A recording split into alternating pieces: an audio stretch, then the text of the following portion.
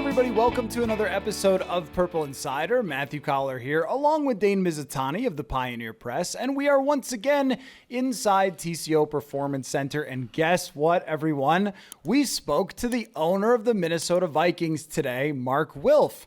And so we're going to start there, but we'll also talk about leading up to a preseason game, what we've seen in some of these recent practices, and the mysterious unofficial depth chart. Oh, it's so unofficial. You have to keep this in mind, Dane. You always think, is it official? And I'm like, no, Dane, it's unofficial. Duh. That's not the real depth chart yet. I'm mostly kidding, but we will talk about kind of where things stand with the quarterback situation, with Sam Darnold being QB1 on the unofficial depth chart. But why don't we begin with Mark Wilf and his comments about Kevin O'Connell and Kwesi Adofo-Mensah and contract extensions. It was mentioned by some of our colleagues that right around this time, with 2 years left on the deal, was when they extended Mike Zimmer and Rick Spielman following the 2017 season. So worth asking, of course, is that going to happen now? This is a coach with a 13-win season. They just drafted a quarterback. And the answer was straightforward from Mark Wilf. No. He said they will not be having that conversation about an extension just yet, and didn't really offer a whole lot of further detail on the matter. What is your take, Dane, on the reaction of Mr. Wilf when it came to the extension talk? My take is that if Mark Wilf could go back, watch the film of his own press conference, he would wish he would have just said, I'm not going to talk about that. But instead, he said, we're not talking about that right now. It's almost like he meant to say one thing and then actually told us the real thing, which is they haven't discussed a contract extension, which at its core makes sense. They're midway through a 4-year contract, coming off a really good year one where they overperformed, and a wonky, weird year two where Kirk Cousins blew his Achilles and a bunch of bad stuff happened. We got to see Josh Dobbs. We got to see Nick Mullins. Like, it's not surprising that an organization would decide not to tie themselves to a regime with a sample size of 2 years, where 1 year was good, 1 year was not so good. So at its core, I get it. I get that why they haven't done it. But it's still news that this is the regime, Kevin O'Connell, Kwesi Adofo-Mensah, and they have a clear vision that they want to get done. And it's news that they haven't tied themselves to them long term, because I think they need that long term job security to fully construct like what they have in place.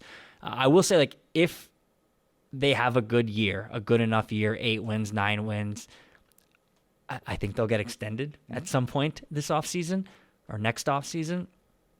Even if they have a bad year, though, I think they should get extended, because like, I think that the entire regime of Kevin O'Connell, Kwesi Adofo-Mensah, and everybody that surrounds them deserves a chance to see this thing through. We have the starting line of they have their quarterback of the future, or who they think is their quarterback of the future here. Like, I, for them, would like them to get a chance to kind of develop him the way they want to. But yeah, Mark Wilf did not commit to them in full. So it leaves the door open for speculation for sure. Right. And Kevin Seifert, our friend from ESPN, had to kind of clarify. So do you mean you're not talking to us about the extension, or are you not talking to them, the brass? And he said both. So there you go. We got no further detail after that. Where I agree with you is I think that if they did come out today and announce to us, hey, we're holding this press conference to tell you that we've given 2 or 3 year extensions to Kwesi Adofo-Mensah and Kevin O'Connell, then I would say, okay, that makes complete sense to me because of the overall health of the organization, and that NFLPA thing really matters. And if you want to see its impact, look at some of the teams that graded low and what they've done since. Oh, they've got a new locker room. How about that? Oh, they were an F a couple, right? But with the Vikings, they've been at the very top of the list over the last couple of years. So the players' reaction to Kevin O'Connell as a head coach has been extremely positive. You also hired him to develop a quarterback, not to win this year with the quarterback that you drafted, which means that you want to see the entire development curve of JJ McCarthy. Now, my research on this, Dane, and I'm not kidding, I did research this. When do we know if a quarterback can play historically? It's usually after 3 years. Now, every once in a while, it's Geno Smith. Even Baker Mayfield showed he could play fairly quickly and won a playoff game in Pittsburgh in his first couple of years. That would be the timeline for me, where you have the cap space that's been created by moving on from Kirk. You have your development quarterback. You have a core roster that's pretty young, including Jonathan Grenard now is here, Blake Cashman, these players who could be here for multiple seasons. Mm-hmm. Christian Darrisaw is locked up as well. I look at the roster as was the general manager flawless? Of course not, but he has executed ownership's plan of the competitive rebuild. So what would really be holding me back other than wanting to see the result of this year first? But I don't know. If you're talking about the result of this year, it could be a Sam Darnold bad start to a season and the season doesn't go the way that you expect it to go. Or if JJ McCarthy plays, once again, historically, the record for rookies, even if they turn out to be good, is not particularly great. I kind of wonder what you're waiting for, because this seems like a situation where you would want to say, hey, everybody is locked in. We're all on this train together and we're going to ride it out to see what happens with this quarterback. If it was toxic, if there was dissent within the team about where they were going and what they were doing, if the owners felt differently about the overall direction and moving on from Kirk, then maybe I would go, looks like everybody's not on the same page. Let's see how this plays out this year. This has looked like everyone is on the same page, so I don't know why you wouldn't add some years onto it unless, I don't know. I mean, Kevin O'Connell, he was basically dodging the question. Like, I don't think about that and so forth. But I have to imagine if someone came to you and said, we want to give you an extension, that you would say, yeah, that sounds like a really good idea. And from the ownership perspective, from their actual cash, this matters not at all to the cap or anything. It's not really my business what Kevin O'Connell gets paid. But still, the price will go up if you have a good season. If they make the playoffs and McCarthy comes in or something and they're looking good, everybody's happy, then you're talking like a 4-year extension with big money. So I don't know. I don't really understand what the holdup is when you've gotten from point A to point B that you wanted to get to. And the only reason why you had a bad record last year was because your franchise quarterback tore his Achilles when you were a 500 team. Yeah.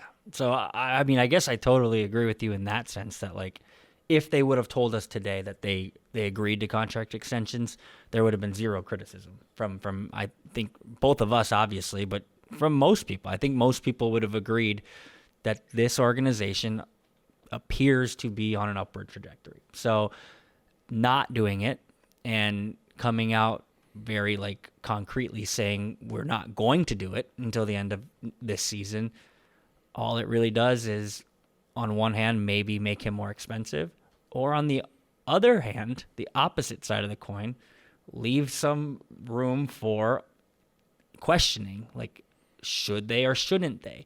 Which I don't think anyone really wants to deal with next year. Like, I know, obviously, Kevin O'Connell and Kwesi Adofo-Mensah don't want to deal with it, but I don't think ownership wants to deal with that public perception of, oh my gosh, they went 5-12. Like, should they even?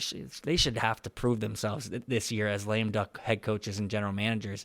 Like, I don't necessarily think ownership's going to let the public perception make their ultimate decision, but it leaves that door open for all of that to happen. When I do think that it might have just been better to get ahead of it. Like, I think we know, or we have a pretty good idea. Like, Kevin O'Connell knows what he's doing. Mm-hmm. I think we'll learn a lot about him this year. But I think he has proven we have a big enough sample size to say, like, he deserves to see this thing through. And with Kwesi Adofo-Mensah, like, sure, if you want to keep bringing up the first draft, that's fine. Lewis Cine, Andrew Booth Jr., probably not going to make the team this year. If you want to keep bringing up that, that's fine. But if you widen the aperture, like, he has executed a vision. And you look at the cap space next year, they have a ton of it. And he deserves to see that part through too. So just kind of a weird, like, way to start a day of training camp where, like, it felt like it could have been something, like, celebratory. Instead, it was something that, like, I guess we'll just speculate on for the rest of the year and moving forward.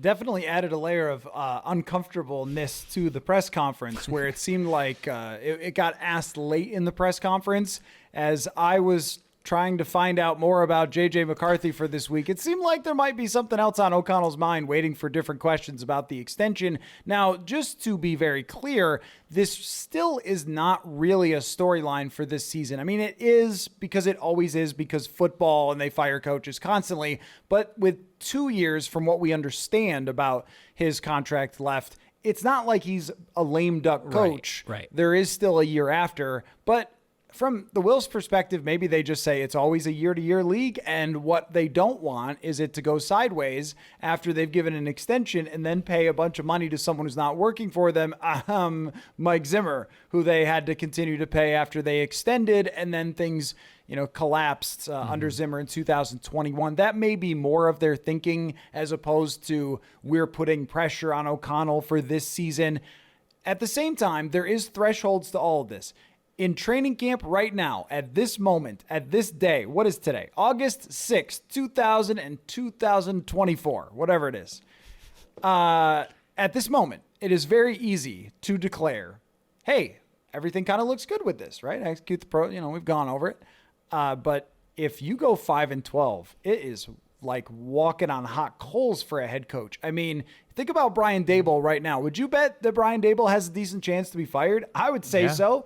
But how much of that was his fault last year? I mean, their offensive line all got hurt. Daniel Jones was terrible. He didn't sign Daniel Jones to that huge contract. And then what? Tommy DeVito's out there and you just, okay, he wins a game and then all of a sudden you're a genius again for a week. But just like Josh Dobbs, it came crashing back down to earth. Well, it's not that different here, except for the young quarterback aspect that it feels so horrible to have a bad season that you never know how you're going to feel about it 12 weeks into the year, if that ends up happening. Personally, I don't think they're going to have that kind of season with good coaching on both sides of the ball. Brian Flores being here is another factor of liking this coaching staff overall. That's kind of a big factor for me as far as extensions go. It's just that you can never really predict how something is going to end up playing out and how we'll feel about it 6 months from now in the NFL because the whole world shifts every month in the NFL. Yeah, and we fall into that as well. Like if they go 5-12, I don't know how we'll sit here next August if we have just talked to the owner and they've doled out extensions. We might feel differently. Like, did you see last year? Like if it plays out poorly, like that matters to a degree. But I really do hope like not every single win and loss is like a referendum this year on like, well, are they going to get extended or not? Because I don't think it has to be like that. I want to, I'm going to challenge myself to do this too, I guess, like be able to separate the forest from the trees and understand that like there are probably times this year where it's going to look really bad. Like that's very possible, very much on the table. There's times this year where it's probably going to look pretty good too. So we probably have to exist somewhere in the middle of that, but that's so hard to do in the NFL where people just like to talk on different sides of the spectrum. So all today did was leave the door open, though, for those things to be storylines continuing to move forward. And I'm not saying that, like, it's not my money. Like, the Wilfs can do whatever they want. But what they did today was leave the door open for that. Yeah, they did. And when you talk on the record about it, when you answer the question at all, which if you don't and you just say, yeah, I'm not talking about it as you suggested, then it goes away for the most part. Mm-hmm. And we say, I guess we'll see what happens when they update us next year. But when you say, no, we're not talking about it, when you declare we're not talking about it, even my eyebrows raised when he said it, like, oh, you actually said you're not talking about it. That's interesting. Then it becomes much more part of the overall discussion about what's going on in the season. Mm-hmm. Everything starts to be painted through the lens of, well, they're looking for that extension in the future. So, they won 10 games. It's going to be a 4-year extension. They won 5 games. It's going to be no extension at all. And he's going to be lame duck. And is that a good way to do it? I mean, knowing the impact of fumbles, injuries, Achilleses, all the things that kickers, the things. What 2 great kicks from Riker He's today. back, baby. Oh, man, has he come back? 8 for his last 8, and I think 4 of them are 50-plus. Whoa. Anyway, they're not always good, though. Sometimes they're bad. And 2021 is a season like that, where every kick went wrong. And, at the end of the Arizona game and the fumble by Delvin Cook and all those things that happened, Jared Goff to Amon-Ra St. Brown at the end of a game for them to lose. We've seen so much of that over the years that if you are evaluating your leadership based on the wins and losses of a middling probably team in one of the hardest divisions in the league, as opposed to, is my franchise healthy? Are we headed in the right direction? Like, don't make this into a Matt Nagy where we drafted a quarterback to save our butts. This team did not do that. They did not draft a quarterback to save their butts. They drafted a quarterback because they were always going to at this point, and then let them have the cap space to spend next year to build the rest and see where this goes from here. So that's my take on it.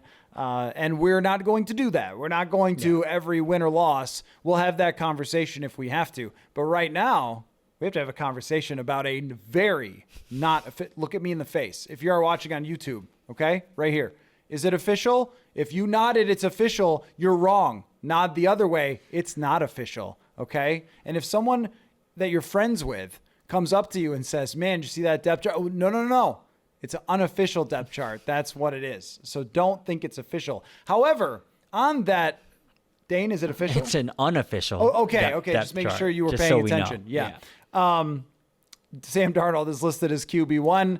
We know that. He's taken all the first team reps. So really, I would like your opinion on the handling of this going forward. This is an important week. I thought McCarthy had a fine practice today, a little stumble at the end with the 2-minute drill, but other than that, it looked okay. It wasn't super intense today.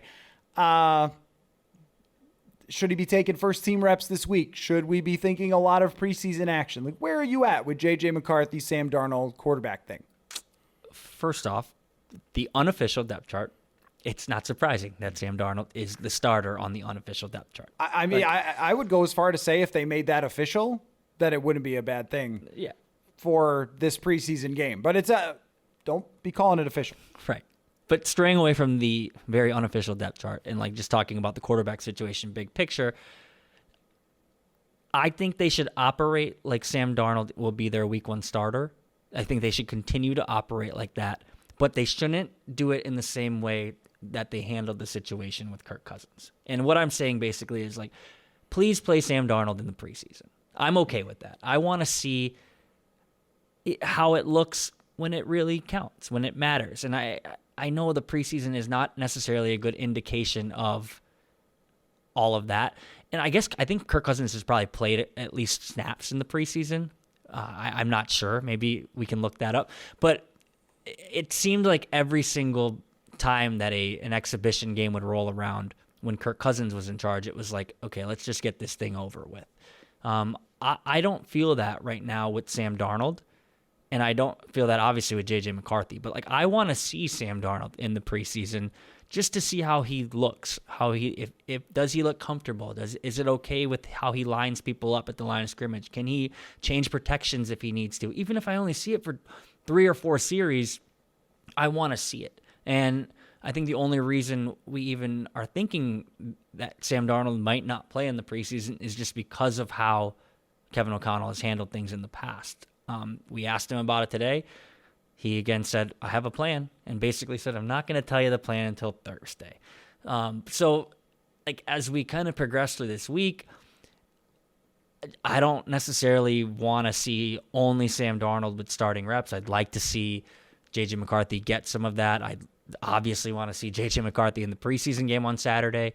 But I think everything they do from here till September 8th, like I still think they should probably be right now operating like Sam Darnold's going to be the starter and not make any like brash decisions based on either a day-to-day in practice or how things look in the preseason. Sam Darnold is that starter right now on that unofficial depth chart, and I think that's okay. For a second, I thought you said official, and I got worked up. Kirk Cousins, man, for some reason in my brain, I thought that he did play a preseason game but at least according to Fox Sports statistics, and I just want to make clear, as soon as preseason games have been over in the past, I have erased them from my brain. Gone. I don't remember anything about them. Don't ever ask me about them. They don't matter, except for the time that T.Y. McGill went off in a game. The man. My hero. Because in the lead up to that, it's only because it's funny. Because in the lead up to that, you said, watch out for T.Y. McGill. And we went, yeah? And he was amazing that night, and then they cut him. That's the only reason I remember it. But according to at least Fox Sports, he did not throw a pass in either of the last 2 seasons in the preseason, which I think we were all 1,000% okay with, considering it was Kirk Cousins. No one was going to be more prepared than him. No one has run this offense more than him. But Sam Darnold could really use the reps, and I did look up Sam Darnold's preseason stats. Stay tuned for the best part of the show where I read Sam Darnold's preseason stats. 22 for 33 last year, so a lot of work, and he was pretty good. Had a 100 quarterback rating, but it's not the first. He's played every year in the preseason. I don't think they should be afraid of that. I think they should try to just get him some reps with his teammates and get him rolling a little bit. Get him out in the uniform and debut him, and then play him 3 series and have J.J. McCarthy play the rest of the first half and call it a day. Hand it over to Nick Mullins, hand it over to Jaron Hall, get your development reps in with those 2s for J.J. McCarthy, and then do it again, and then do it again in the next 2 preseason games, and then we can all forget it ever happened and move on with the rest of our lives into the regular season. I think that is a totally fair plan. You don't have to play Darnold in the 3rd one, probably the first 2, and if he doesn't, I'll say, oh, and then I won't think about it too much again. But if he doesn't play and McCarthy does, then it will be an even clearer sign that week 1 is going to Sam Darnold. That's really the only thing we could ascertain from this. Absolutely. And if we get there Saturday and the inactives come out 90 minutes before kickoff, shout out inactives. Shout out to Chris Thomason, my guy. He loved the inactives. Gone but not forgotten. He's in Denver. He's fine. He's alive. Yeah. If the inactives come out 90 minutes before kickoff and Sam Darnold is an inactive, then I think I would totally the whole percentage game we play, and maybe we'll talk about that at some point. Like, what's the percentage that J.J. McCarthy starts week 1? I think I'm probably sitting at 20% still, but if we get there Saturday, if Sam Darnold's an inactive, I'll drop it down to 0, because I only think you do that if you've already decided. If you've decided, I do not want to get this guy hurt by any stretch of my imagination, which is why I don't think that's going to be the case. I think Kevin O'Connell wants to see Sam Darnold. He's had a pretty good training camp, up and down, lots of ups the last 3 or 4 days. Last 3 have been really good, I think. I thought he was great again today, but I don't think he's proven anything that he deserves to just be treated in this sense like Kirk Cousins, where Kirk Cousins, it was a guarantee you're going to be the starter. We're not going to screw around and risk getting you injured. Sam Darnold still needs to prove it. He's very much an unproven commodity still in this league, and that's okay. He has a chance to kind of rewrite that narrative this year, but I need to see him in the preseason. And I hope that on Thursday, when Kevin O'Connell shares this grand plan that he has for the preseason, he says Sam Darnold will play some series. Yeah, and I think it would make sense for him to do that because he has always done it in the past, and because every rep that he gets in Kevin O'Connell's offense is going to get him closer to understanding it. We remember that Kirk Cousins even talked quite a bit during the season in the early part of the year, even as they were doing well, that he wasn't always 100% totally locked in with Kevin O'Connell's offense. It asks a lot of the quarterback, and the more and more you can get out there, the better. I do think that Sam Darnold, again today, had a very good practice. He was operating things on time. He threw an absolute missile to Jordan Addison. Dime. I mean, he launched it. Well, that's right. No fans today because of the whole scheduling thing. So there wasn't maybe video of this. I'm sure the team will tweet it out. It was a phenomenal, spectacular throw. But it's not just those. Early on, the deep balls were wowing us and everything else was, okay, I don't know. But over the last 3 practices, Sam Darnold has looked pretty locked in to what Kevin O'Connell wants. And Justin Jefferson was not at practice due to a personal issue. No injury there, so don't freak out. But even with Jalen Naylor out there, Jalen Naylor couldn't bring one in on a sideline throw, but Darnold let it rip right on time. It was like back shoulder. It was right there. He has just been pretty locked in so far. So there's no reason for me to think, oh, wow, they're in trouble here. They've got to push McCarthy forward. And I think this is maybe the best time to do this, Dane. I'm going to make an announcement that I am lowering my percentage chance. I am lowering my percentage chance after seeing it here because I asked O'Connell today about just what he wanted to see for this week. Like, he's gotten some padded practices. What do you want to see this week? And there was nothing mentioned about rep counts or anything, but there were no new first team reps for JJ McCarthy. If you're going to do it, you're going to have to do it pretty soon, whether it's today, tomorrow, the next day, because we're talking about next week, we're flying to Cleveland for the joint practices. Whoever's the quarterback there is the quarterback, and that's locked in. And to not get first teams today, I'm going to bring it down to maybe closer to 10%. I've been steadfast at 25%. It could happen. Maybe this could play out differently, but the offense is in. Now they're practicing. And to still have all the first team reps going to Darnold, it feels like it would have to be a drastic change in order for Sam Darnold to not end up being QB1 week 1, which, as we've always said, if that was the plan, always Darnold and McCarthy develop, it's been a really good summer for JJ McCarthy developing. He is throwing the ball so much better than he was in the spring. I think it's been good for him, and I've never had a problem with that plan. If it was going to happen, I think it would start happening very soon. Yeah. So I think I said like 5 minutes ago that I'm probably still at 20%. And I think I'm just going to keep it there until we get through the preseason, because the whole reason I went up from 10% is because I could feel that momentum potentially building over the course of a preseason. Like I said, not the momentum from the reporters, not the momentum from the fans in the stands tweeting out videos, but from the momentum of like the team being like, it's got to be this guy.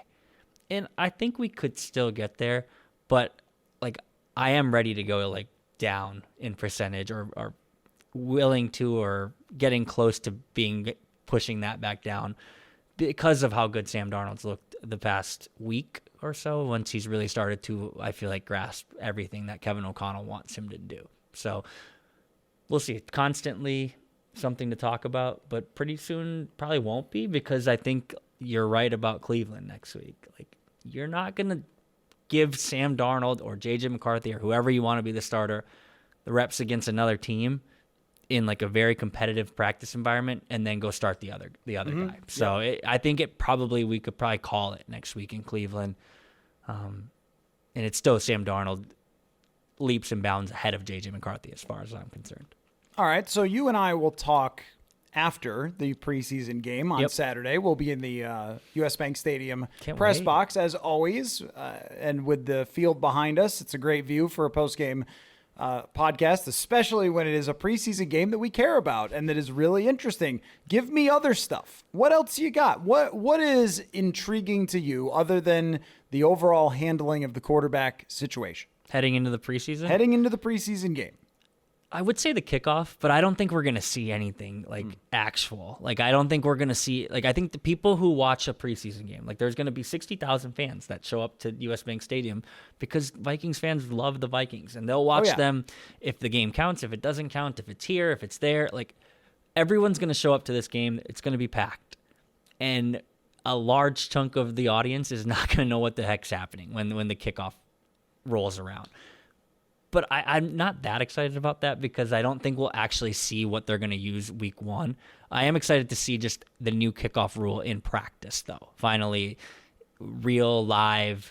We've seen parts of it in practice, but they haven't done anything real.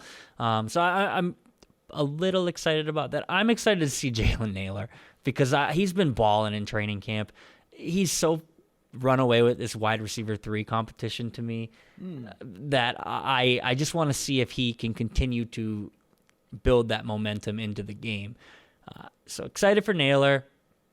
I think I'm excited to see like which cornerbacks play, because Fabian Moreau still continues to get starting first team reps. Like, I think it's a real thing that he could just be a starting cornerback when week 1 rolls around. But I want to see those, some of the younger guys. I want to see Dwight McGlothern, who we found out his nickname is Nudie. Haven't talked to him since then, so we got to figure out why that's his nickname. But he's flashed in camp. He's someone Brian Flores talked a lot about. So I think like Dwight McGlothern is like more of a microcosm of like the young guys I want to see when they have an opportunity outside of practice to perform. I could probably list 5-10 guys that I'm excited to see who have looked good in practice, who now need to go look good in a game. Because there are people on the roster bubble right now who probably need a good preseason to make it. I really want to see how the edge group plays out. Yep. Do we see Dallas Turner at all in the preseason? Maybe some snaps. We've seen a lot of him with the first and second team. They've shown some interesting looking personnel packages that include Dallas Turner, Andrew Van Ginkel, and Jonathan Grenard on the field at the same time, which was maybe one of our questions going into training camp. Like, were they going to start to show some of that stuff? Not that we didn't believe in you, Brian Flores, as far as moving players around and so forth. Just where does the rookie fit in? And I think Dallas Turner overall has had a pretty good training camp to put his name on the map as someone they are going to play right away. So does that mean they try to put him in bubble wrap and do not play him? I wouldn't blame them for that. If they do, I definitely want to see him. But we've been talking about Gabriel Murphy, Owen Porter's another guy we've thrown out there, the linebackers, the edge group. I think that there's a lot of players that are, you mentioned McGlothern, undrafted or late round picks. Levi Drake Rodriguez taking more first team reps as a pass rusher today. So that's a thing now. That's like 3 practices in a row, and it's a thing. How they rotate those defensive linemen, how that battle goes behind Harrison Phillips. Jonah Williams has gotten a lot of work in there with Jerry Tillery, down for a very short time, we're told, although he had to have stitches. He must have got cleated really bad. Sounds horrible. Which is probably why they had to cart him off and everything. It sounded like it hurt like hell. I would never play again. That would be a career-ending injury for me. Seemed awful. Yeah, but he will play again because he's tougher than you are. But Jonah Williams has worked in there. That's a veteran that they brought in too with the first team. And then we have the Jaqueline Royce, who's running with the second team. He's somebody that I want to see in the games because we got to see him in real games last year. There was a little bit of flash. I want to see him back in real games. And I 100% agree with you on the kickoff return, but I am way more jacked. Like you are. Okay. I wrote in 2020 an article with the guy who developed this thing, Sam Schwartzstein. Shout out to Sam. He's brilliant, and also former offensive lineman himself. And he developed this for the XFL. And I wrote about it during the XFL season in 2020, or just after the XFL season had been canceled, because I loved it. And I was like, the NFL needs this. And I went to the combine the following year or 2 years later, and I was asking special teams coaches you work special teams? Nice to meet you. What do you think of this kickoff? I've been obsessed with this thing. And to have it actually come to the NFL, to bring back the playmaking kick returner, even if it looks bad in the preseason or they don't make much of it, it'll look better when Kene Nwangwu's doing it and the guys are really blocking and they're doing the scheme and everything. I am very excited to see it in person. Those are probably the biggest things. Will Reichard, we've been talking him up. He's kicked extremely well. Now it's time to go kick in the preseason games where we've seen certain kickers maybe not have as much success, like Daniel Carlson, where Mike Zimmer went for 2 to shove it in his face. So you never know what can go on when it comes to the kickers, but I do want to see Will Reichard get some opportunities. And Dane, do not forget, do not leave this out. There is a punting competition here, friend. Yeah, there is an actual punting competition. Seth Vernon, Ryan Wright, knock gloves, go punt. If they're fighting, Seth Vernon wins. If they're knocking gloves, he would win against a lot of people. Seth Vernon looks like a linebacker, which then, like, talking about the new kickoff, like, maybe just have Seth Vernon kick the ball and have him run down there because he looks like he could tackle anybody in the NFL. But yeah, there is a real punting competition. We don't get to see any of this in training camp because they don't really do special teams. Like they don't. Yeah. They punt sometimes. They kick sometimes. But like even Will Riker, we've seen him kick field goals like 3 times the entire training camp. I think most of that's done when in walkthrough when we're not there. So it'll be I'm sure they will split up the punting, and we'll get to analyze it, and we will.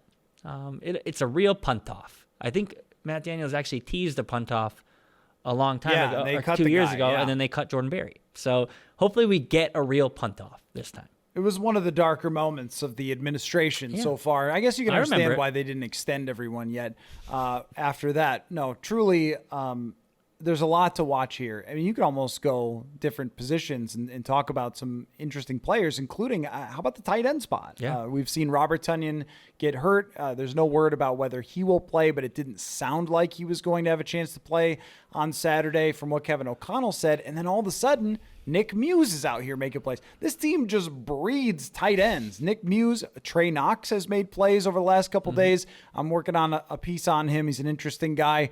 So there's tight ends that might get opportunities in the season that wouldn't normally if TJ Hawkinson wasn't banged up. I have one more question for you. Yep. And I was reminded by it because of Jordan Addison being in the news, the DUI thing, but also Jordan Addison absolutely smoking somebody. I don't recall who he roasted today for a 40, 50-yard gain. What are our expectations for Jordan Addison as a football player? I feel like every time we've said his name, it has been in regards to what happened off the field, and we can't eliminate that. But if we don't talk about that for a moment and just talk about what we've seen from him in training camp, it looks nothing short of terrific in minicamp and then in training camp. He's been making plays every single day, building on what he did last year. It's looked very good, I think, on the field, and his chemistry with Sam Darnold seems to be coming along. Yeah, through the prism of just a football player, he's spectacular. And I don't use that word lightly. Like he looks like just in his movements as a receiver more natural than any receiver on the team. Even Justin Jefferson, I agree with like that. the way Justin Jefferson runs routes, like it obviously is effective. He's obviously incredible and has like quick twitch and great hands and ability to contort his body. And he's just the best. Justin Jefferson's the best receiver in the league. But the way Jordan Addison breaks down on cuts, runs certain routes, can, twirl his body in a way that he stays in bounds while falling out of bounds, like Chris Carter-esque. All of those things, like Jordan Addison is a very good football player. And I think he's just going to continue to ascend and be a very good football player. He would be a number 1 wide receiver on most teams in the league. If you don't have one of the best, Jordan Addison could be your number 1 receiver because I think he's that good. I think it was a perfect draft pick at the time because of the way teams have started to defend Justin Jefferson. Well, if you are willing to leave Jordan Addison one-on-one, he's going to roast guys all year. And I think he could have a huge year. I think a suspension could be coming down, which would obviously hinder his numbers in the grand scheme of things. But if we just think about where he's at as a football player on the field, like you couldn't have been happier with how he performed in the spring and how he's continued to perform in the summer on the field. Like he's really that guy.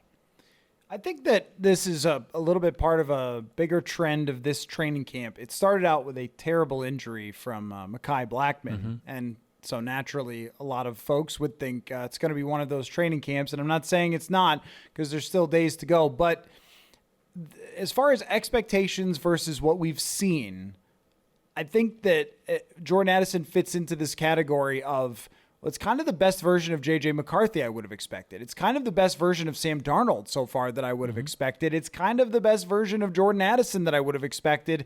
Last year, it didn't have any effect on his play, what happened off the field. It does not seem to be this year either, but he does feel a little bit even better to me so far this year. He does look a little stronger, a little more explosive.